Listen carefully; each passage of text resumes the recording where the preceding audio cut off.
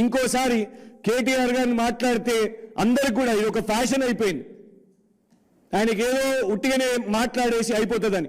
ఇవాళ వాళ్ళ భయం ఏంటంటే ఆయనే ఒక వక్తగా ప్రపంచ స్థాయిలో ఎక్కడైనా కూడా మాట్లాడగలుగుతాడు, పెట్టుబడులు ఆకర్షించగలుగుతాడు, అడ్మినిస్ట్రేషన్లో సక్సెస్ అయింది, ఎలక్షన్స్ గెలిపించగలిగిండు. ఒకటి కాదు 2 సార్లు.